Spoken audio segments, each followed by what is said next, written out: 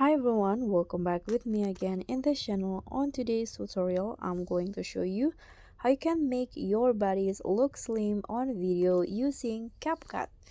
So you can start by adding the clip that you want to edit. I've already add mine in here. Then click on the clip and find the retouch feature.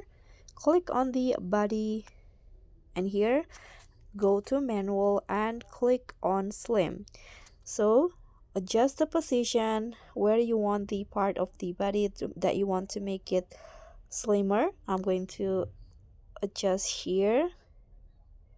Okay, after that you can just swipe the circle here to the right to make the bodies look slimmer, just like that.